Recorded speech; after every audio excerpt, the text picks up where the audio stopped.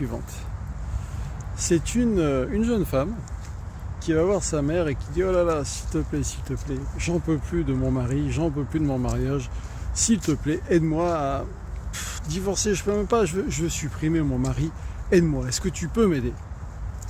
Alors là, la mère, elle est un peu perplexe quand même, parce qu'elle dit « Ce que tu me demandes, c'est énorme, je voudrais quand même pas être complice. Mais bon, tu sais, ma fille, je t'aime bien, et tu as ce qui est en possible pour t'apporter satisfaction et bonheur. » La mère réfléchit, la fille elle se dit voilà, est-ce qu'elle va accepter et tout, et la mère elle dit ok, j'ai trouvé, je sais comment tu vas faire, mais à une condition. Ah bon, et laquelle? La condition, c'est simple. Il faut que ton mari ne se doute de rien, parce que tu vas faire ça à dose homéopathique. Par conséquent, je vais te donner quelque chose que tu vas mettre dans sa nourriture. En 30 jours, tu vas lui mettre. Je vais te préparer ça. Mais par contre, ce que je te demande, c'est très important, c'est pendant ces 30 jours, il ne faut qu'il se doute de rien. Il doit rien voir et au contraire, tu vas être encore plus belle que d'habitude, tu vas être encore plus aimante, tu vas être plus tolérante, plus bienveillante, tu vas encore mieux t'habiller, tu vas être plus jolie.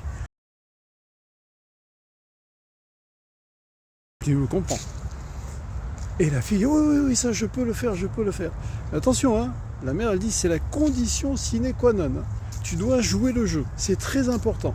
Tu fais comme si de rien n'était et tu aimes ton mari. Est-ce que tu peux le faire? Oui, je peux le faire. La fille elle était tellement... Elle dit bon ok, très bien. Alors, la mère prépare le produit, le donne à sa fille, et dit voilà, pendant 30 jours, tu mets un peu et tu vas voir que petit à petit, il va s'éteindre à petit feu, si je puis dire. Et puis, comme toi, tu vas montrer tous les signes d'une femme aimante, bienveillante et attentionnée auprès de son mari, personne n'y verra que du feu. Parfait. Les jours se suivent. 30e jour, 29e jour, je crois. La fille revient voir sa mère. Maman. Et la mère dit, mais qu'est-ce qui se passe? Maman, s'il te plaît, je ne veux plus qu'il... Je l'aime, il est merveilleux, il est formidable. Il a tellement d'enthousiasme envers moi et moi j'ai tellement de sentiments avec lui. Surtout maman, fais en sorte qu'il ne meure pas, je ne veux pas. Est-ce que tu as quelque chose pour éviter cela? La mère lui dit, écoute, tu as vraiment beaucoup de chance. Parce que le produit que je t'ai donné, eh bien, c'est de la farine. Tout simplement. Rien lui arrivait. Il n'était pas en lui, il était en toi. C'est-à-dire que le manque d'amour que tu éprouvais, ou que tu croyais éprouver vis-à-vis de lui, ou que tu croyais qu'il n'avait pas un bon état d'esprit vis-à-vis de toi, ça venait de toi.